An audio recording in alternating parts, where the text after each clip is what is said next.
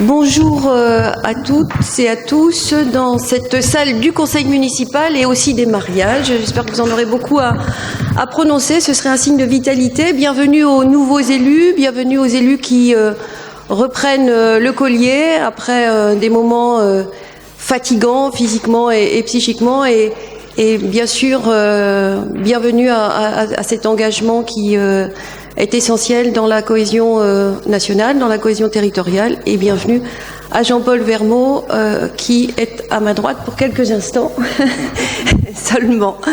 Je passe immédiatement la parole à Annie Piriou, doyenne de l'Assemblée, selon les règles institutionnelles, qui, conformément aux dispositions de l'article 21-22-8 du CGCT, va faire d'une part l'appel et ensuite, constatant que le quorum est atteint, puisqu'on voit qu'il l'est, installera les conseillers municipaux dans leurs fonctions. Je vous passe la parole. Merci Madame le maire. Mesdames, Messieurs, bonjour. Je vais tout d'abord procéder à l'appel.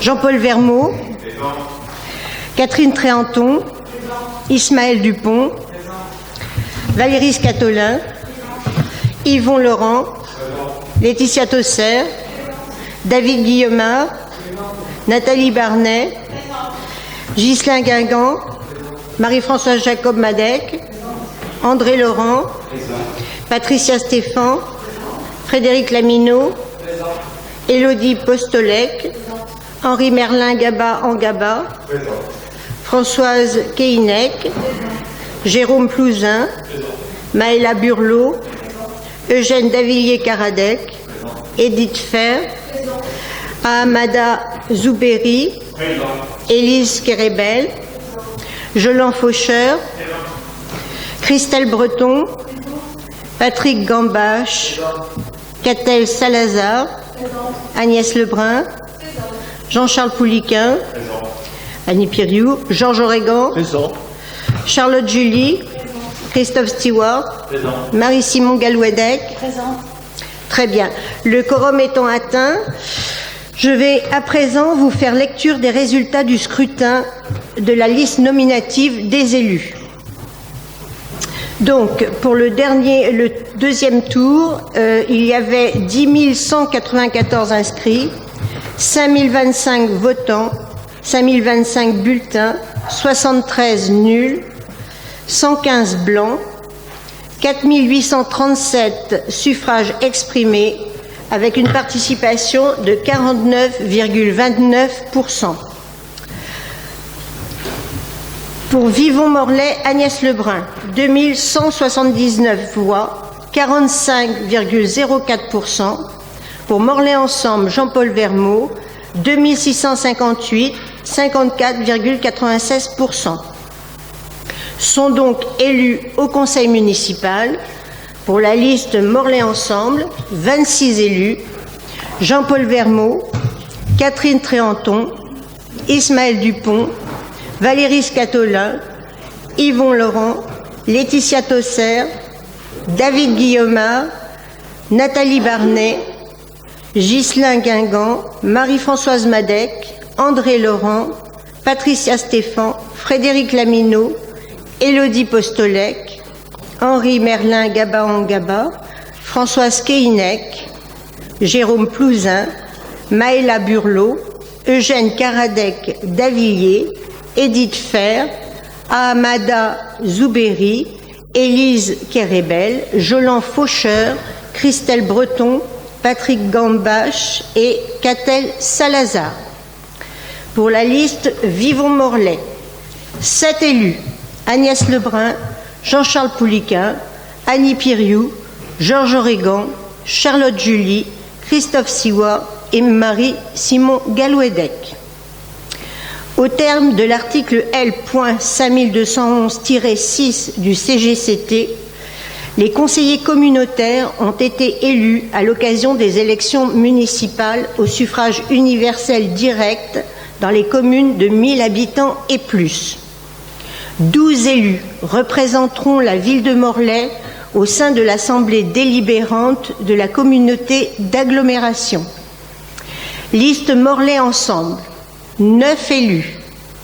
Jean-Paul Vermeau, Catherine Tréanton, Ismaël Dupont, Valérie Scatolin, Yvon Laurent, Laetitia Tosser, David Guillaumard, Nathalie Barnet et Guylain Guingamp. Liste Vivon Morlaix, 3 élus, Agnès Lebrun, Jean-Charles Pouliquin et Annie Piriou. Il me faut maintenant procéder à la désignation par le conseil municipal de 2 assesseurs. Alors habituellement, il s'agit des plus jeunes de chaque liste. Il en est ainsi pour Eugène Davillier-Caradec pour la majorité et Charlotte Julie pour l'opposition. Nous allons également procéder à la désignation par le conseil municipal d'un secrétaire de séance, habituellement le plus jeune conseiller, et il s'agit de M. Eugène Davillier-Caradec. J'appelle à présent le premier point à l'ordre du jour, à savoir l'élection du maire. Préalablement à la lecture de la délibération présidant à l'élection du maire, je dois vous donner lecture des articles L 2122-4 à L 2122-7-2 du CGCT. Article L. 2122-4 CGCT. Le conseil municipal élit le maire et les adjoints parmi ses membres au scrutin secret. Nul ne peut être élu maire s'il n'est âgé de 18 ans révolus. Les fonctions de maire sont incompatibles avec l'exercice d'une fonction élective suivante: président d'un conseil régional, président d'un conseil départemental.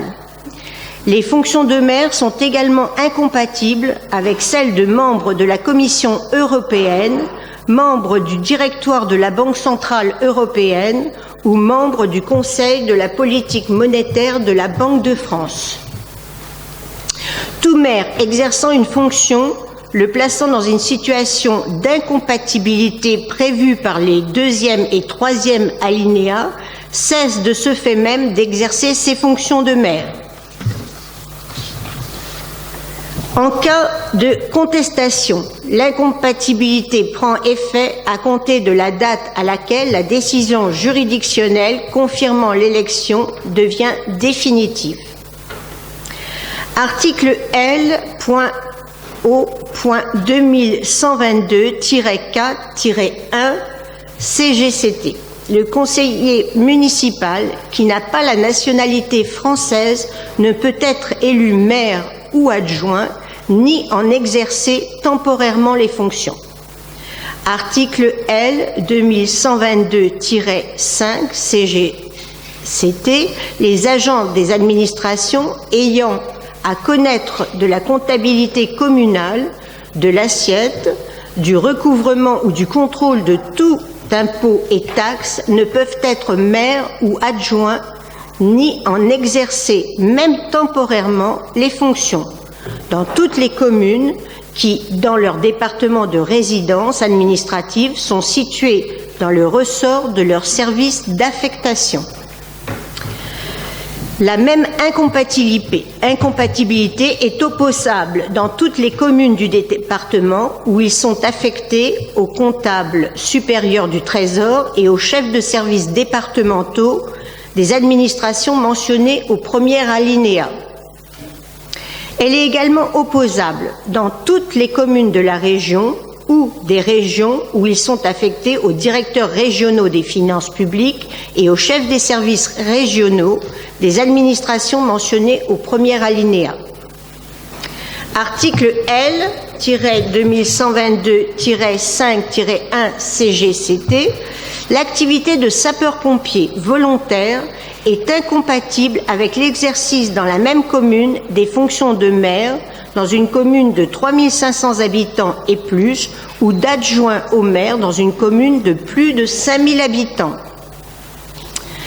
Article L.2122-6 CGCT. Les agents salariés du maire ne peuvent être adjoints ni si cette activité salariée est directement liée à l'exercice du mandat de maire. Article L.2122-7 CGCT, le maire est élu au scrutin secret et à la majorité absolue. Si après 2 tours du scrutin, aucun candidat n'a obtenu la majorité absolue, il est procédé à un 3e tour de scrutin et l'élection a lieu à la majorité relative. En cas d'égalité de suffrage, le plus âgé est déclaré élu. Article L.2122-7-2 CGCT. Dans les communes de 1000 habitants et plus, les adjoints sont élus au scrutin de liste à la majorité absolue, sans panachage ni vote préférentiel. Sur chacune des listes, l'écart entre le nombre des candidats de chaque sexe ne peut être supérieur à 1. Si après 2 tours de scrutin, aucune liste n'a obtenu la majorité absolue, il est procédé à un 3e tour de scrutin et l'élection a lieu à la majorité relative. En cas d'égalité de suffrage, les candidats de la liste ayant la moyenne d'âge la plus élevée sont élus. Après donc avoir donné lecture de ces articles, je vais demander aux conseillers municipaux s'il y a des candidats aux fonctions de maire de Morlaix. Il n'est pas fait obligation pour les candidats de se manifester préalablement à cet appel à candidature.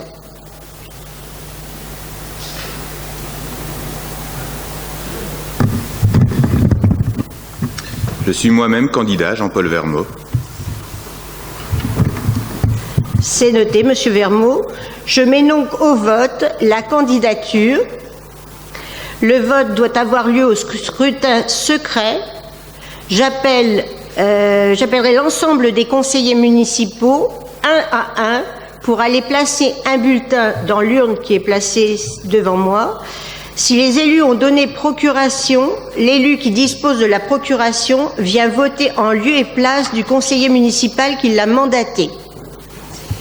Ce que je vous propose, compte tenu de la situation sanitaire, des mesures barrières, enfin bref, je ne vais pas vous faire le chapitre, mais nous y sommes soumis puisque la disposition même du conseil municipal le montre aujourd'hui, c'est que les assesseurs, on a un jeune assesseur costaud, valide, hein, voilà, exactement, et donc on va vous condamner à porter l'urne de conseiller municipal en conseil municipal. Voilà, on ne vous laisse pas vraiment le choix. Donc ça évitera les déplacements dans la salle et l'obligation de mettre un masque. Voilà. Par contre, vous, on va vous demander de vous masquer. Et ensuite, pour le dépouillement, Charlotte Julie rejoindra Monsieur Davillier-Caradec pour le dépouillement qui se fera sur la table de l'urne. Donc en toute logique, vous avez bulletin et enveloppe sur vos tables. Hein. On est bien d'accord. Et donc, je vous propose de rejoindre l'urne, de lui dire que vous n'avez même pas peur de son poids et de la présenter à chaque conseiller municipal dans l'ordre que vous souhaitez d'ailleurs, hein, il n'y a pas de particularité. Merci.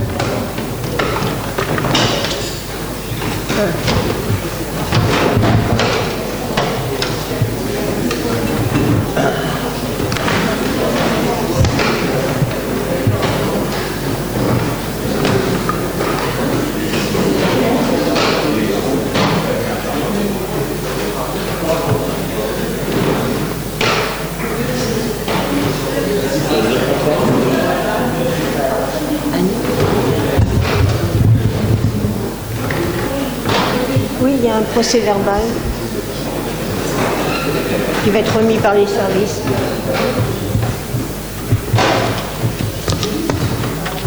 Ah, je sais pas, il va falloir que tu fasses le dépouillement avec lui.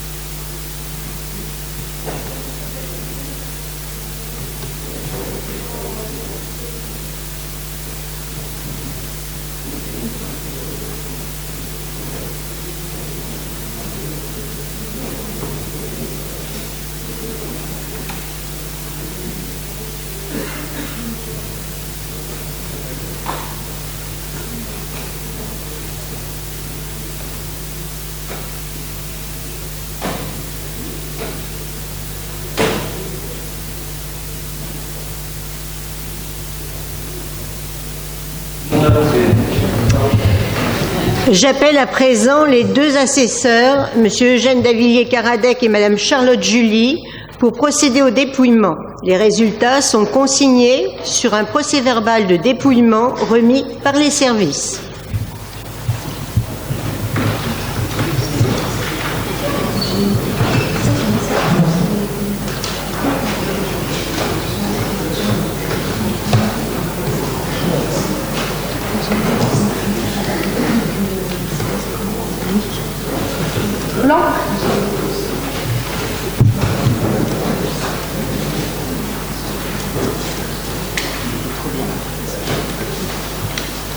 Jean-Paul Vermeau.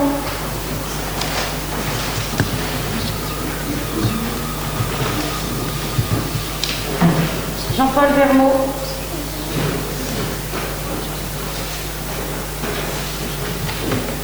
Jean-Paul Vermeau.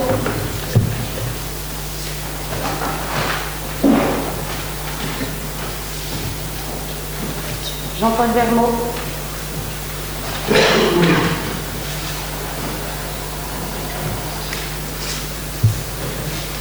Jean-Paul Vermaux.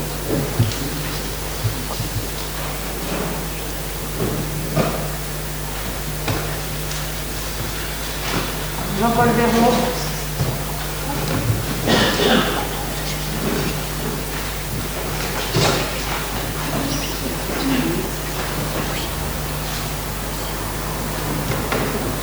Jean-Paul Vermaux.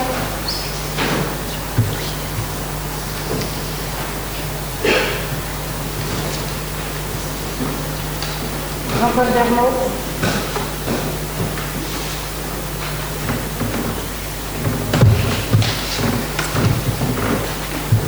Jean-Paul Vermaux.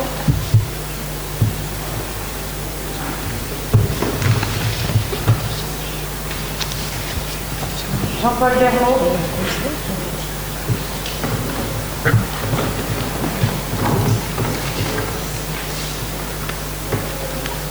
Jean-Paul Vermaux.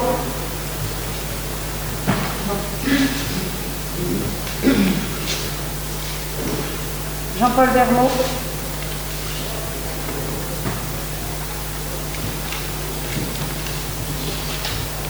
Jean-Paul Vermaux.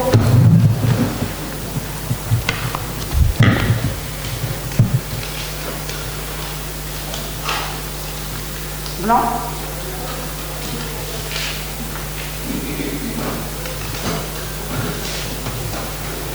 Jean-Paul Vermaux.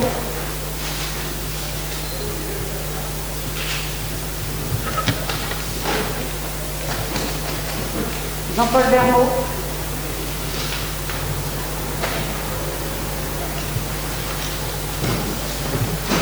Blanc.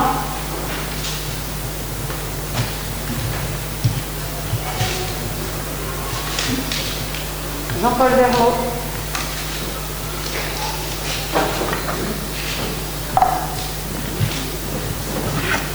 Blanc.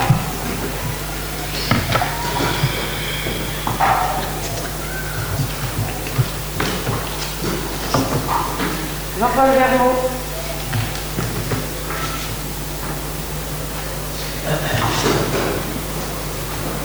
Jean-Paul Vermaux.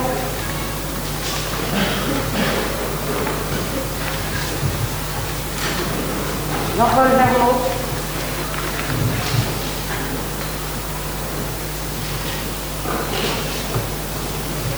Jean-Paul Vermaux.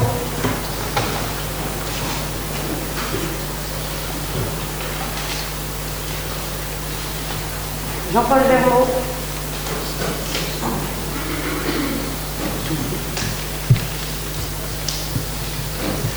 Jean-Paul Vermaux.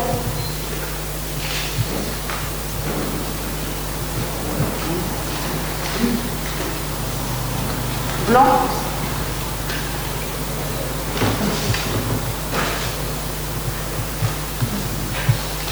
Blanc.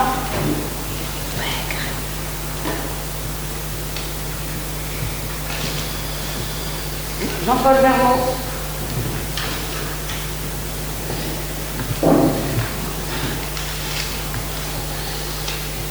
Jean-Paul Vermaux. Blanc.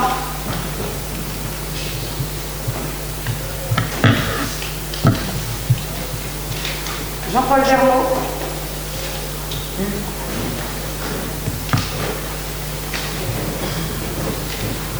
Jean-Paul Vermaux.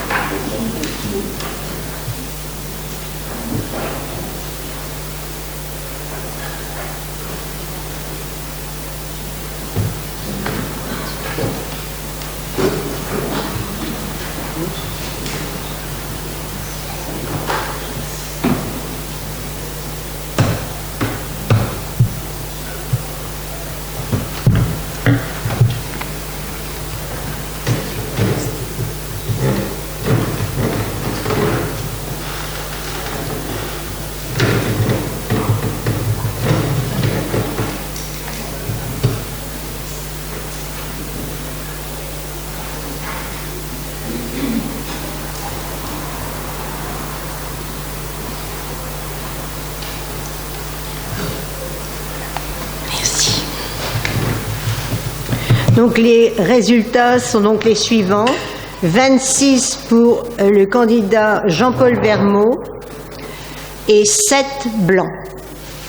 Monsieur Vermeau, vous êtes donc élu maire de Morlaix et vous pouvez donc prendre la présidence de l'Assemblée.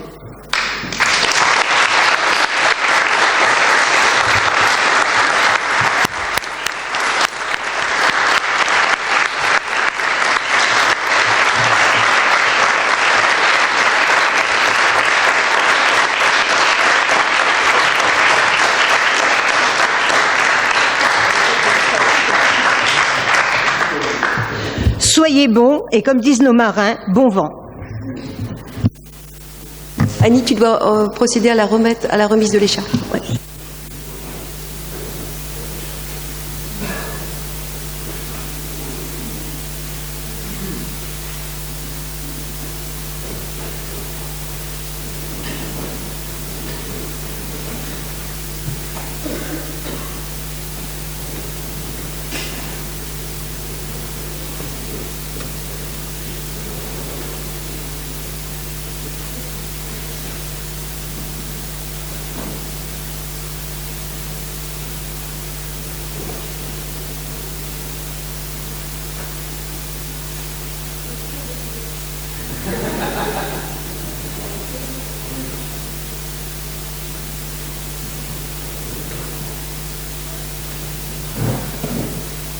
Pour ma part, je donne mon pouvoir à Annie Périou et je vous vole votre maire l'espace d'une seconde qu'il me raccompagne.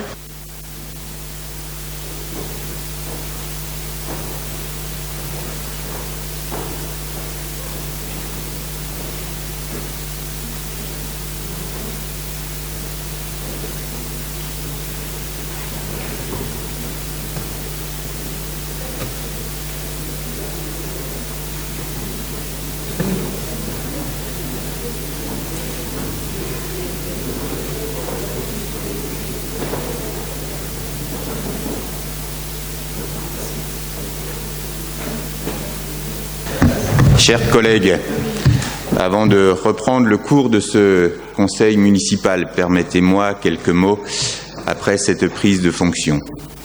Tout d'abord, un mot à l'attention de l'ensemble des Morlaisiennes et des Morlaisiens. Dans une période où, vous l'avez vu, nos prises de fonction se font dans un moment particulier que traverse au-delà du pays, notre région. Et je veux avoir une pensée toute particulière pour toutes celles et tous ceux qui vivent déjà et qui pourraient vivre dans un avenir très prochain les troubles issus de la crise sanitaire, les troubles issus de la crise économique. C'est avec cette pensée solennelle vis-à-vis de l'ensemble de nos concitoyens que je voulais commencer ce mandat.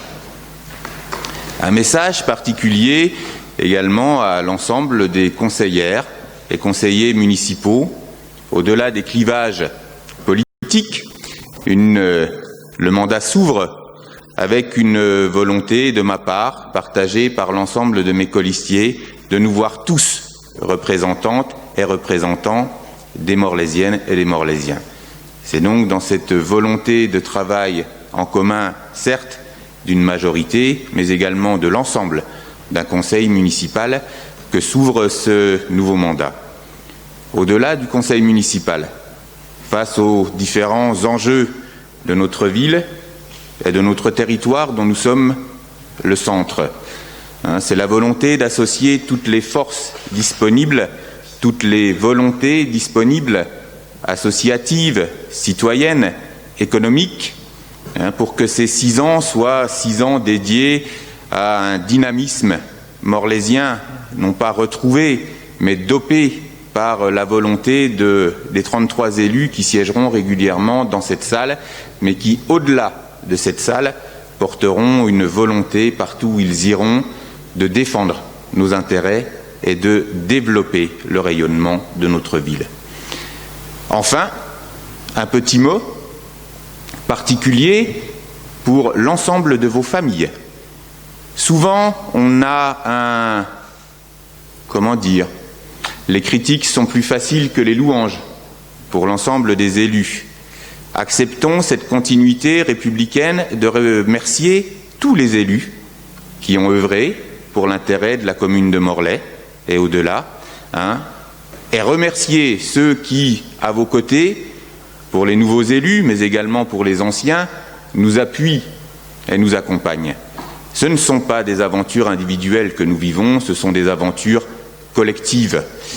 J'ai fait mien depuis bien longtemps, et nous l'avons fait nôtre, ce petit dicton qui dit que tout seul on va plus vite, mais qu'ensemble, et je m'adresse aux 33 conseillers municipaux, nous irons plus loin pour l'intérêt de notre ville. Enfin, un dernier mot à l'attention de nos invités qui siègent aujourd'hui dans le public. C'est un immense regret que de ne pas avoir plus de spectateurs. Aujourd'hui, les règles sanitaires s'imposent à nous, mais je voulais remercier les colistiers de la liste Morlaix Ensemble qui sont venus après cette période de campagne et remercier tout particulièrement, je les vois là-bas au coin, Nathalie Sarabezol, présidente du conseil départemental.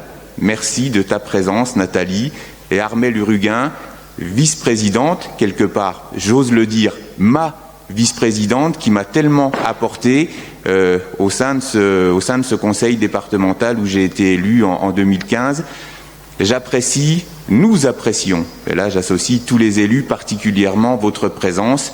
Nous désirons également, dans ce mandat qui s'ouvre, ouvrir les portes et les fenêtres à l'ensemble des Morlaisiennes, des Morlaisiens, des communes de Morlaix Communauté, au-delà du pays de Morlaix, mais également travailler étroitement avec l'ensemble des collectivités. Votre présence pour nous est un honneur, est un signe également de ce futur travail en commun. Merci à vous tous pour cette élection. Nous allons pouvoir continuer dans l'ordre du jour. Merci à vous tous. Allons-y. Il me revient de vous lire, dans ce moment solennel, la lecture in extenso de la charte de l'élu. 1. L'élu local exerce ses fonctions avec impartialité, diligence, dignité, probité et intégrité. 2. Dans l'exercice de son mandat, l'élu local poursuit le seul intérêt général, à l'exclusion de tout intérêt qui lui soit personnel, directement ou indirectement, ou de tout autre intérêt particulier.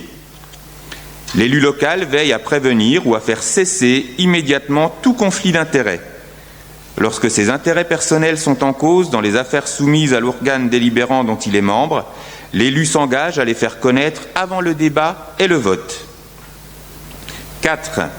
L'élu local s'engage à ne pas utiliser les ressources et les moyens mis à sa disposition pour l'exercice de son mandat ou de ses fonctions à d'autres fins. 5. Dans l'exercice de ses fonctions, l'élu local s'abstient de prendre des mesures lui accordant un avantage personnel ou professionnel futur après la cessation de son mandat et de ses fonctions. 6. L'élu local participe avec assiduité aux réunions de l'organe délibérant et des instances au sein desquelles il a été désigné. 7.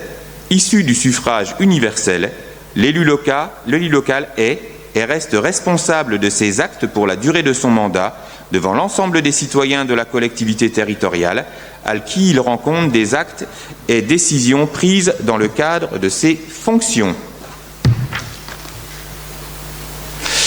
Je vous rappelle que la charte de l'élu et les articles L 2123-1 à L 2123-35 du Code général des collectivités territoriales relatifs aux conditions d'exercice des mandats municipaux sont, conformément aux dispositions de l'article L 2121-7 de ce même code, remis aux conseillers municipaux sur table. Vous les avez à disposition. Et il nous revient donc de passer au deuxième point de cet ordre du jour, à savoir la détermination du nombre d'adjoints. Vous trouverez une délibération dont je me fais le rapporteur. Vous me permettrez d'aller rapidement sur les vues, pour ne pas vous réciter l'ensemble du code. considérant qu'au terme des dispositions de l'article L 2122-2 du Code précité, le Conseil municipal détermine le nombre des adjoints au maire sans que ce nombre puisse excéder 30% de l'effectif légal du Conseil municipal. Considérant que l'effectif légal du Conseil municipal est de 33 élus, que, par la suite, le Conseil municipal peut librement déterminer le nombre d'adjoints appelés à siéger dans la limite de 9, considérant qu'une bonne administration de la collectivité suppose la création de 9 postes d'adjoints, si les termes de cette délibération vous agréent, il est proposé aux membres du Conseil municipal d'arrêter à 9 le nombre d'adjoints appelés à siéger en son sein. Y a-t-il des oppositions à cette délibération? Des abstentions? Alors, levez bien la main. 2.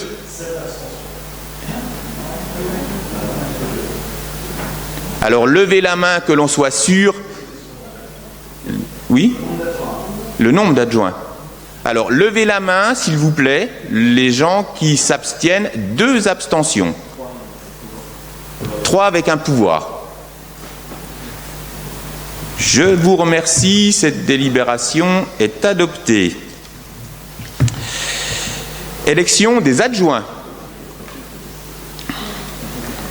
Vu le Code général des collectivités territoriales, vu le décret 2020-643 du 27 mai 2020, vu la délibération DAG 20-02-02 en cadre du 4 juillet 2020, vu la liste de candidats à la fonction d'adjoint, considérant qu'au terme des dispositions combinées de l'article L 2122-4 et L 2122-7-2 du Code précité, le Conseil municipal élit le maire et les adjoints parmi ses membres au scrutin secret et au scrutin de liste à la majorité absolue, sans panachage, sans rayer de nom, ni vote préférentiel. Sur chacune des listes, l'écart entre le nombre des candidats de chaque sexe ne peut être supérieur à 1. Considérant par suite qu'il y a lieu de procéder à l'élection de la liste d'adjoints appelés à siéger au sein du conseil municipal, considérant que cette liste est composée comme suit: Madame Catherine Tréanton, Monsieur Ismaël Dupont, Madame Nathalie Barnet, Monsieur Yvon Laurence, Madame Valérie Scatolin, Monsieur André Laurent, Madame Laetitia Tosser, Monsieur Frédéric Laminotte, Monsieur Jérôme Clouzen. Considérant que chaque conseiller a été nominativement à voter à bulletin secret, nous allons procéder aux opérations de vote des adjoints.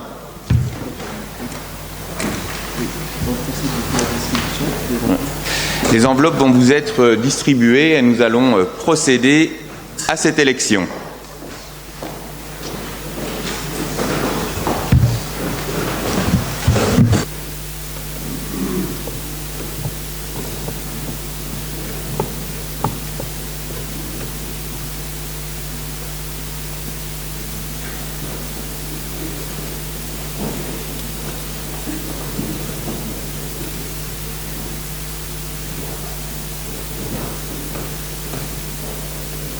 Alors, je vais demander aux 2 assesseurs, Charlotte Julie et Eugène Davillers-Caradec, de se rendre à la table de vote. Ouais.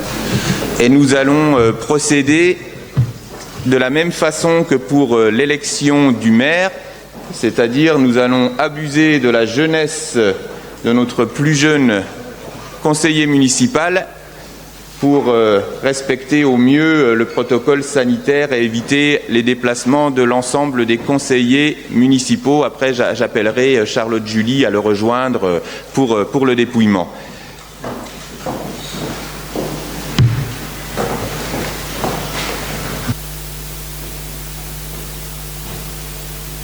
Et comme au premier tour, à chaque fois, annoncer le vote par la formule consacrée « à voter ».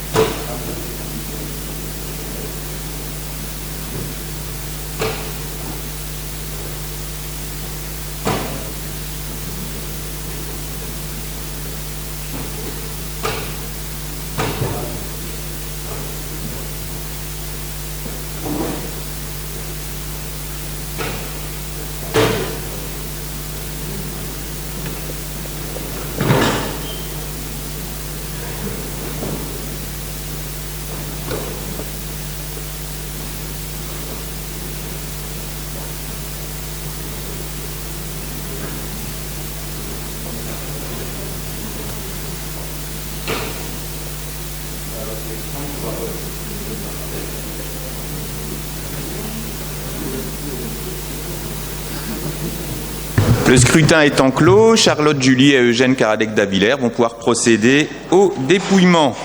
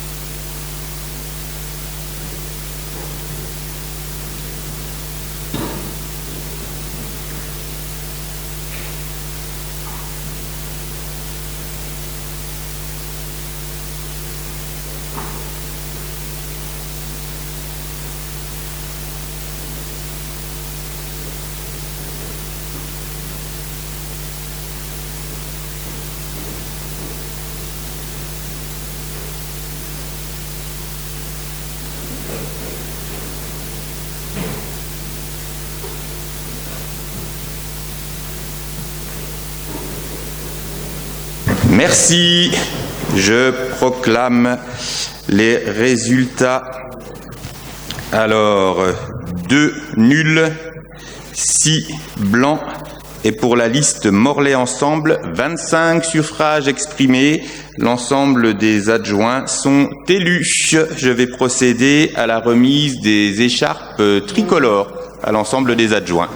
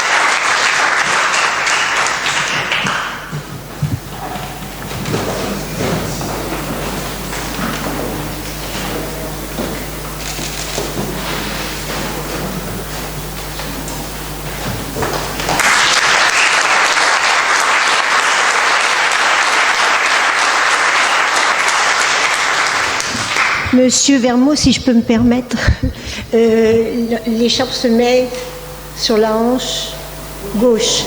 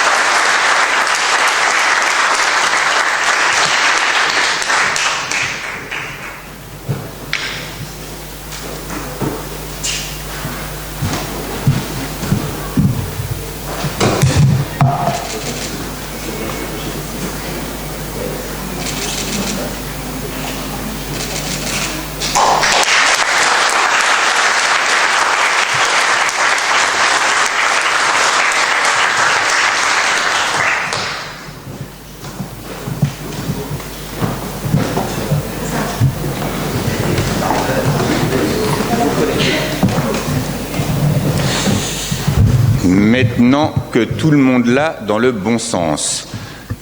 Petit mot quand même particulier sur cette écharpe, mesdames et messieurs les adjoints. Portez-la avec honneur. Elle est le symbole de la République. Je le dis toujours, on aimerait quelquefois sourire, faire la fête, mais il y a aussi des moments où l'aspect solennel des choses doit s'imposer à tous. C'est un honneur que de la porter, c'est un devoir, non pas seulement de la respecter en tant qu'objet, mais de la respecter dans ce qu'elle représente, le mandat que nous ont confié nos concitoyens. Félicitations à vous tous et nous allons pouvoir poursuivre l'ordre du jour de ce Conseil. Quatrième délibération. Mesdames et messieurs les adjointes, Madame la première adjointe, vous allez être immédiatement mise à contribution en nous faisant lecture de la délibération 4, définition des attributions déléguées au maire.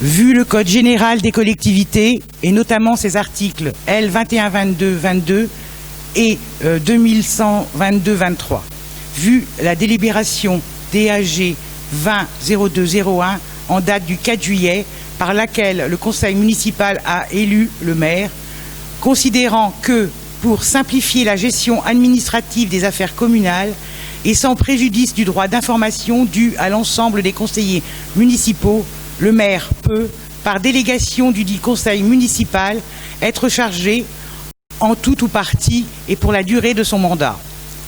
1. D'arrêter et modifier l'affectation des propriétés communales utilisées par les services publics municipaux et de procéder à tous les actes de délimitation des propriétés communales. 2. De fixer sur tout le territoire communal, et tant à l'égard des particuliers que des professionnels, les tarifs des droits de voirie, de stationnement, de dépôt temporaire sur les voies et autres lieux publics et, d'une manière générale, des droits prévus au profit de la commune qui n'ont pas un caractère fiscal. Ces droits et tarifs pouvant, le cas échéant, faire l'objet de modifications résultant de l'utilisation de procédés dématérialisés. 3.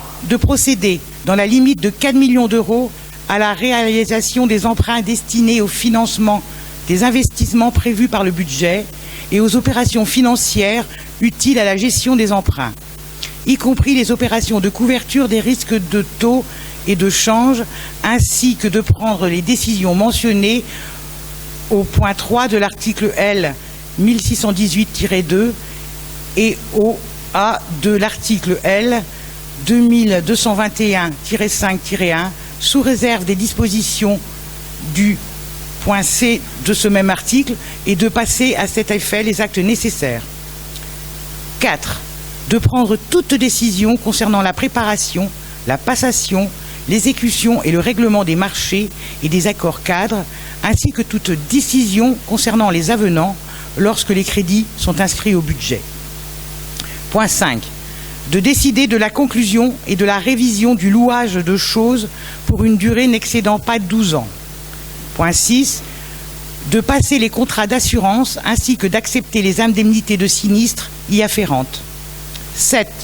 De créer, modifier ou supprimer les règles comptables nécessaires au fonctionnement des services municipaux. 8. De prononcer la délivrance et la reprise des concessions dans les cimetières. 9. D'accepter les dons et legs qui ne sont grévés ni de conditions ni de charges. 10. De décider l'aliénation de gré à gré de biens immobiliers jusqu'à 4 600 €. 11. De fixer les rémunérations et de régler les frais et honoraires des avocats, notaires, huissiers de justice et experts. 12. De fixer dans les limites de l'estimation des services fiscaux, les domaines, le montant des offres de la commune à notifier aux expropriés et de répondre à leurs demandes. 13. De décider de la création de classes dans les établissements d'enseignement. 14. De fixer les reprises d'alignement en application d'un document d'urbanisme. 15. D'exercer, au nom de la commune et sur tout le territoire communal, les droits de préemption définis par le Code de l'urbanisme, que la commune en soit titulaire ou délégataire. De déléguer l'exercice de ces droits à l'occasion de l'aliénation d'un bien selon les dispositions prévues à l'article L. 211-2 ou au premier alinéa de l'article L. 213-3 de ce même code. 16. D'intenter au nom de la commune les actions en justice ou de défendre la commune dans les actions intentées contre elle devant toutes les juridictions nationales et de transiger avec les tiers dans la limite de 1 000 €. 17. De régler les conséquences dommageables des accidents dans lesquels sont impliqués des véhicules municipaux dans la limite de 10 000 €. 18. De donner, en application de l'article L. 324-2 du Code de l'urbanisme, l'avis de la commune préalablement aux opérations menées par un établissement public foncier local. 19.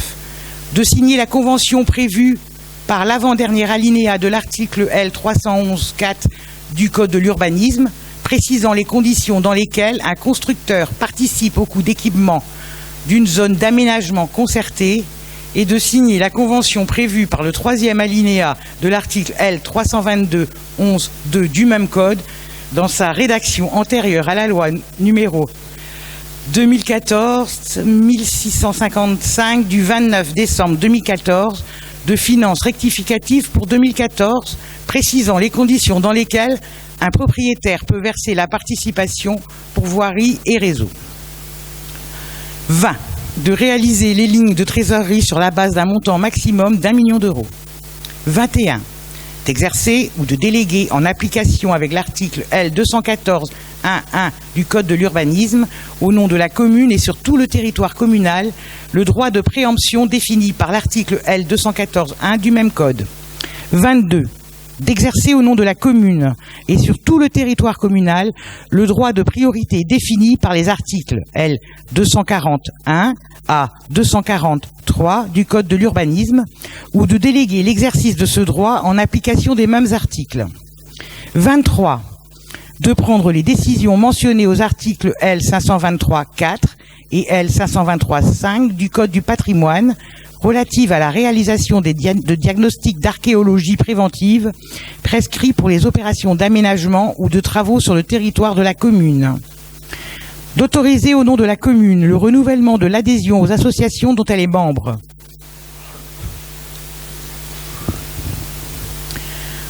De demander à tout organisme financeur, dans les conditions fixées par le conseil municipal, l'attribution de subventions.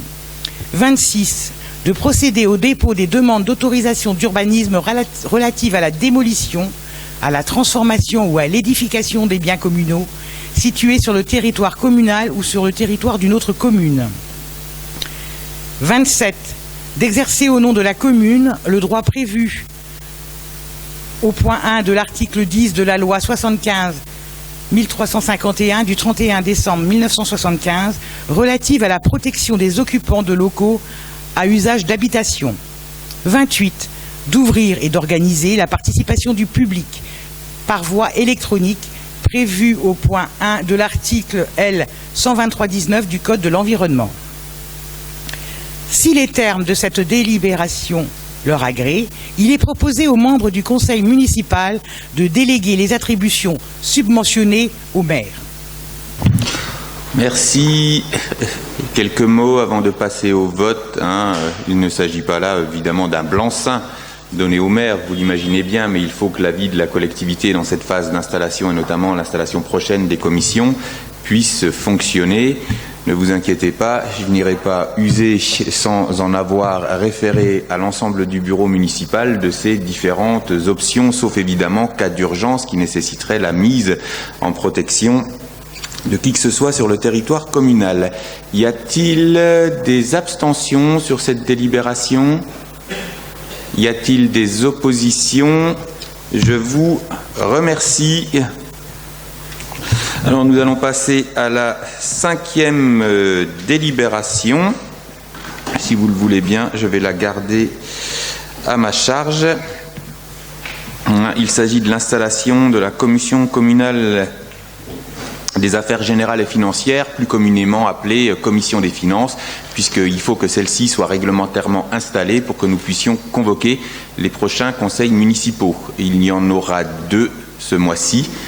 Il y en a un extrêmement réglementaire auquel nous ne pouvons pas nous abstenir, c'est le 10 prochain, puisque dans la foulée des élections communales seront organisées les élections sénatoriales, et que pour l'installation du collège des électeurs, nous sommes dans l'obligation de vous reconvoquer pour un conseil municipal très formel et dont le seul point sera d'arrêter la liste des électeurs pour les futures élections sénatoriales. Je vous rappelle que dans les communes de plus de 10 000 habitants, c'est ça, 9 000 habitants, l'ensemble des conseillers municipaux sont électeurs pour ce futur scrutin, mais comme nous sommes 2 à avoir des mandats, Madame Lebrun, conseillère régionale, et moi-même, conseiller départemental, que nous votons déjà à ce titre, il nous faudra arrêter les suppléants, tant de Madame Lebrun que de moi-même pour cette élection. Donc mettez-vous en tête cette date du 10, donc installation de la commission des affaires générales et financières. Le rôle de cette délibération, il est réglementaire, elle doit se réunir pour connaître toutes les libérations, mais surtout traiter des affaires fiscales, financières et administratives. Donc,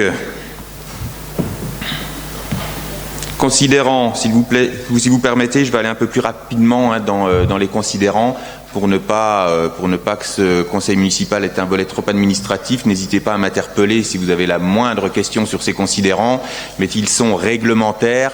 Donc si vous le voulez bien, comme vous avez préalablement au conseil l'ensemble des délibérations, nous irons plus vite sur ces considérants. Toutefois, il y en a des extrêmement importants, notamment le nombre de conseillers municipaux siégeant à cette commission, qui sera de 18 élus, et qu'il y a lieu de procéder à cette élection.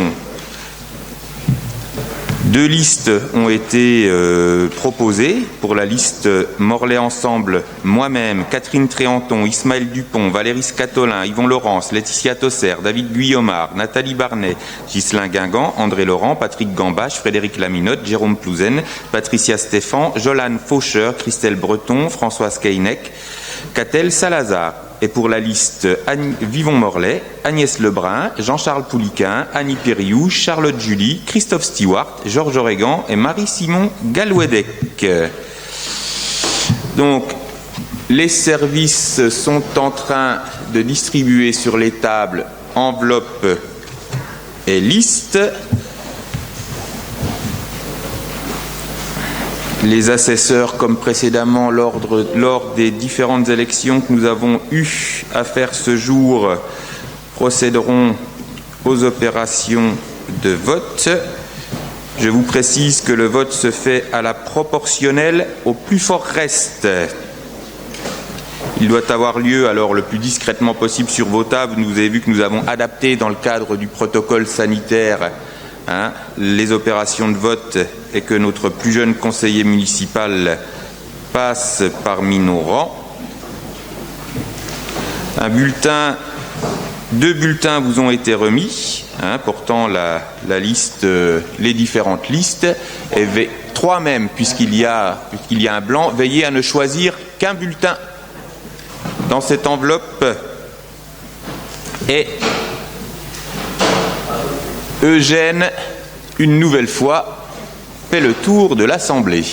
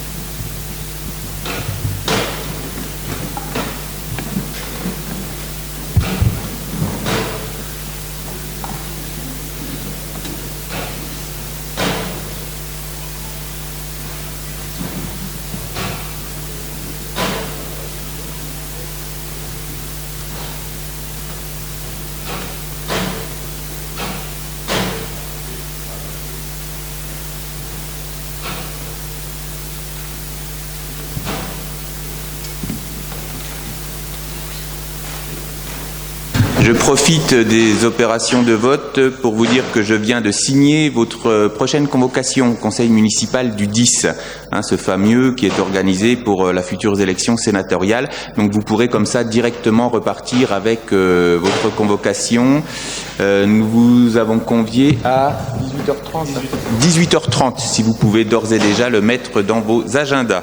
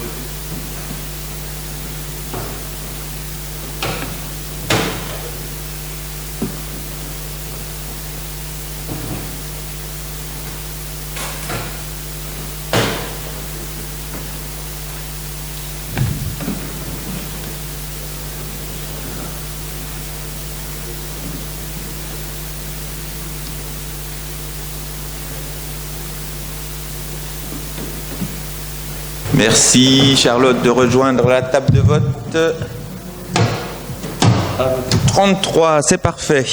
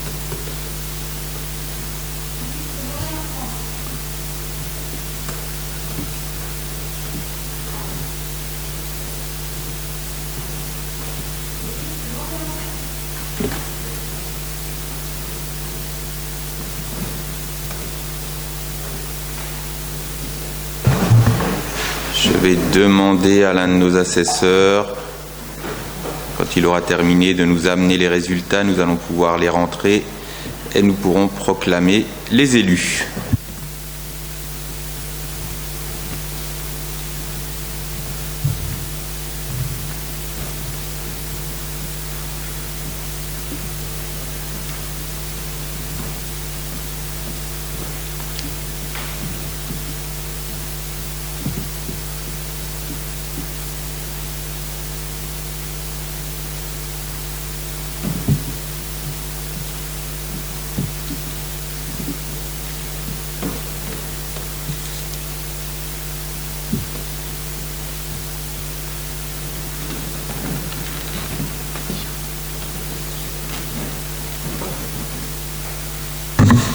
Alors, pour la liste Morlaix Ensemble 26, pour la liste Vivons Morlaix 7,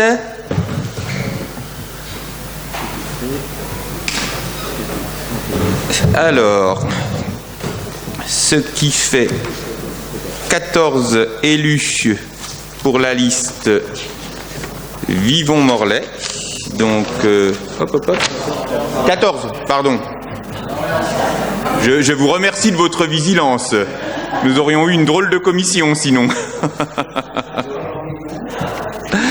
Alors, j'ai préparé donc et 4 élus pour la liste Vivons Morlaix, 14-4. Alors, sont élus pour siéger au sein de cette commission générale et des finances Jean-Paul Vermeau, Catherine Tréanton, Ismaël Dupont, Valérie Scatolin, Yvon Laurence, Laetitia Tosser, David Guyomard, Nathalie Barnet, Ghislain Guingamp, André Laurent, Patrick Gambache, Frédéric Laminotte, Jérôme Plouzen et Patricia Stéphan pour Morlaix Ensemble, et pour la liste Vivons Morlaix, Agnès Lebrun, Jean-Charles Pouliquin, Annie Piriou et Charlotte Julie.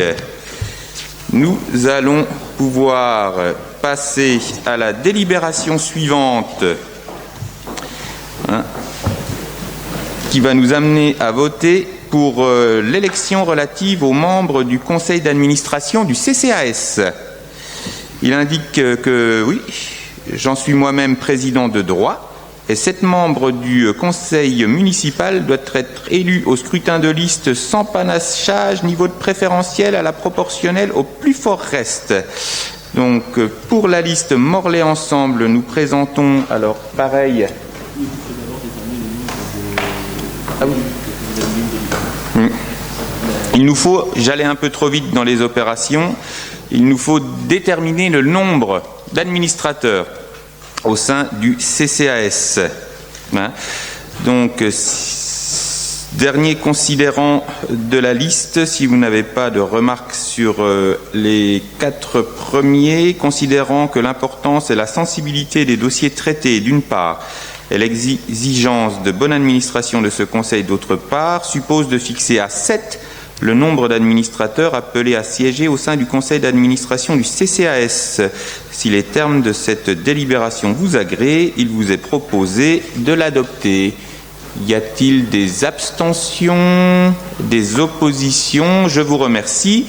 Et nous allons donc pouvoir procéder aux opérations de vote. Pour la liste Morlaix Ensemble, les candidats sont Catherine Tréanton, David Guyomard, Élodie Postolec, Yvon Laurence, Catel Salazar, Ismaël Dupont et Laetitia Tosser. Pour la liste Vivons Morlaix, Marie-Simon Galouedec, Charlotte Julie et Christophe Stewart.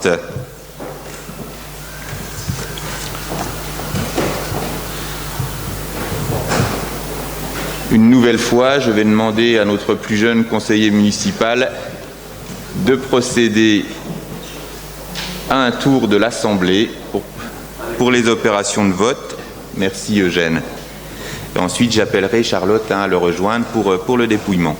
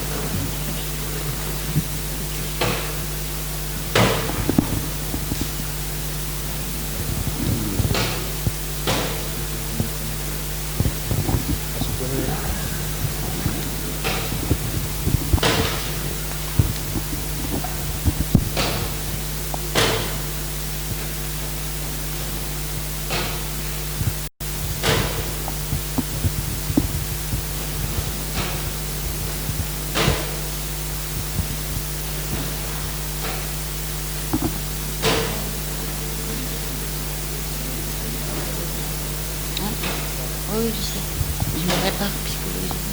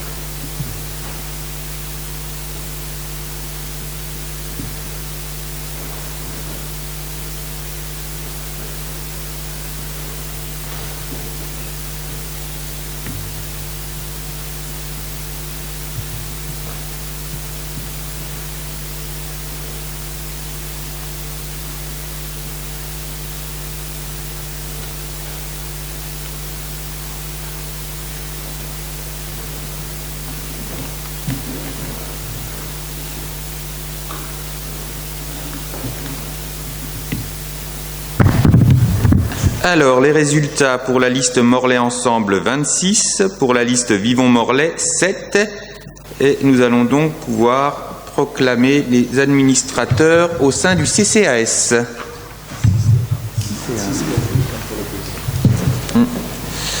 Alors, nous représenterons comme administrateurs au sein du CCAS Catherine Tréanton, David Guillaumard, Élodie Postolec, Yvon Laurence, Catel Salazar, Ismaël Dupont et Marie-Simon Galouedec. Je remarque qu'il y avait déjà 2 élus qui siégeaient, Marie et Ismaël. C'est une fonction très importante. Je crois qu'il y a un immense travail réalisé au sein de ce CCAS. Donc je vous remercie l'un comme l'autre d'accompagner la prise de fonction des nouveaux administrateurs au sein de ce CCAS qui est, disons-le et reconnaissons-le, d'une importance cruciale pour bon nombre de nos concitoyens. Donc merci à vous deux d'assurer ce relais entre les 2 mandats. Nous allons procéder à la dernière délibération. Je vous explique rapidement, un certain nombre de contrats saisonniers doivent être conclus durant l'été pour assurer la continuité de service de la mairie. C'est de cela qu'il s'agit pour les divers contrats saisonniers, les remplacements qu'il faudrait effectuer. Donc, n'hésitez pas à revenir sur les considérants, mais je vais aller au plus important. Et notamment le premier qui est le recrutement sur des emplois permanents est le principe de l'administration d'une collectivité, considérant toutefois cependant que les besoins des services municipaux peuvent justifier l'urgence du recrutement d'agents contractuels sur des emplois non permanents pour faire face à un besoin lié à un accroissement temporaire ou saisonnier d'activité ou pour faire face au remplacement d'un fonctionnaire ou d'un agent contractuel absent. Considérant dans ces conditions qu'il y a lieu d'autoriser le maire à recruter lorsque le besoin de service l'exige et dans la limite de l'enveloppe financière fixée par le budget primitif, des agents contractuels de droit public pour faire face au remplacement d'un fonctionnaire ou d'un agent contractuel, un accroissement temporaire d'activité, un accroissement saisonnier d'activité pour une durée maximale de 6 mois, compte tenu, le cas échéant, du renouvellement du contrat pendant une même période de 12 mois consécutifs. Sur cette délibération, y a-t-il des abstentions, des oppositions? Je vous remercie. Nous avons fait le tour des délibérations de ce conseil d'installation.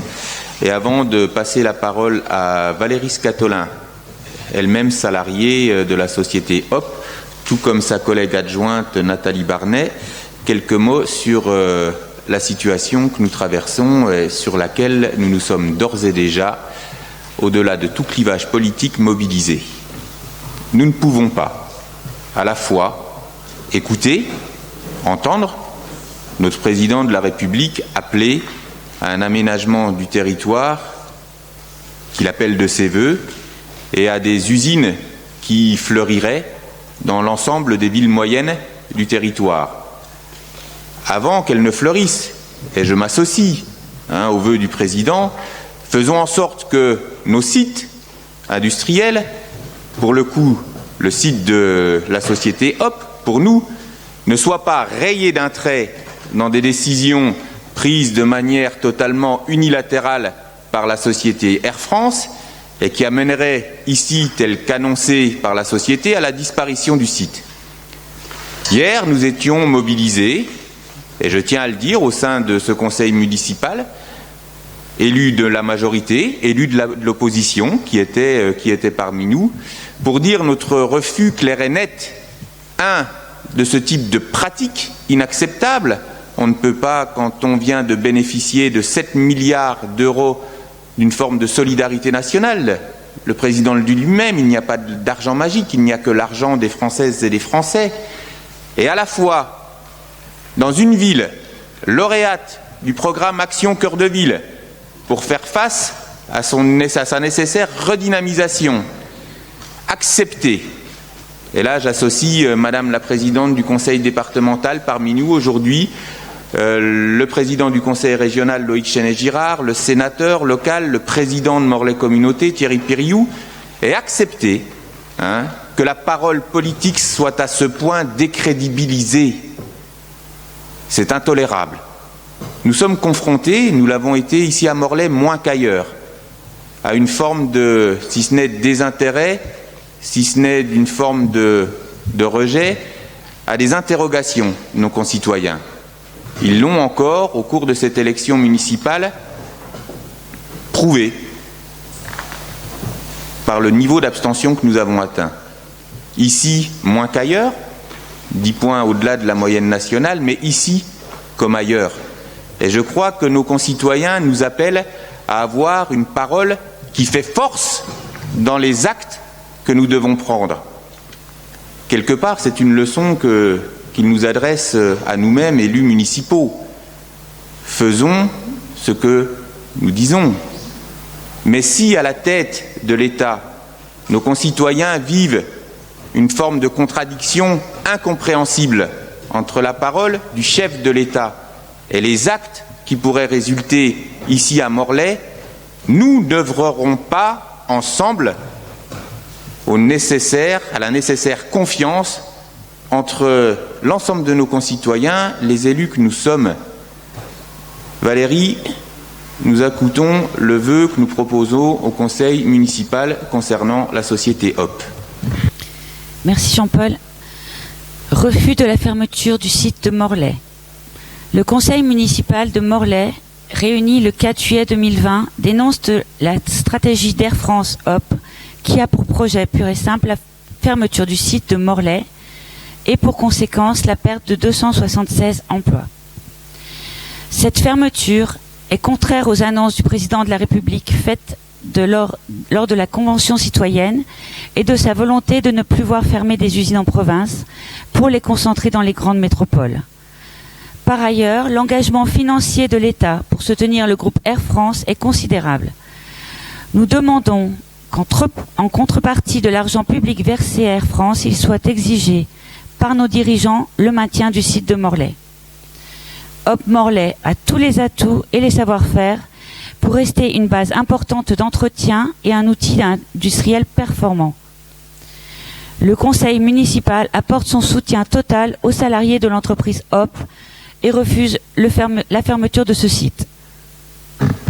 J'ajouterai, avant de soumettre ce vœu à votre vote, qu'en venant ici, j'ai rencontré des commerçants qui, pour certains, sont déjà associés à ce combat, en affichant dans leur vitrine le soutien, par des commerçants ambulants qui, devant la mairie, m'ont fait part de leur volonté d'être associés au combat. On ne pourrait pas tolérer qu'on ne nous entende pas. Nous avons appris il y a quelques heures que la direction d'Air France et de HOP pourrait être présente mardi prochain. Nous n'avons pas encore l'heure exacte de mercredi prochain. Nous n'avons pas encore l'heure exacte de ce rendez-vous, mais nous verrons quelle forme de mobilisation nous prendrons avec les élus. Mais je crois qu'à un moment ou à un autre, nous appellerons l'ensemble des forces vives du territoire, la population, les commerçants, les associations, à s'associer à cette démarche. HOP, ce sont des gens qui travaillent, ce sont des gens qui consomment, ce sont des gens qui participent à la vitalité de notre vie associative. Ce sont des gens dont les enfants fréquentent les écoles. Et croyez-moi, j'en connais plus d'une famille. Je regarde Nathalie, on se croise aussi à la sortie, à l'entrée de nos écoles. Nous appellerons à une mobilisation sans faille d'un territoire derrière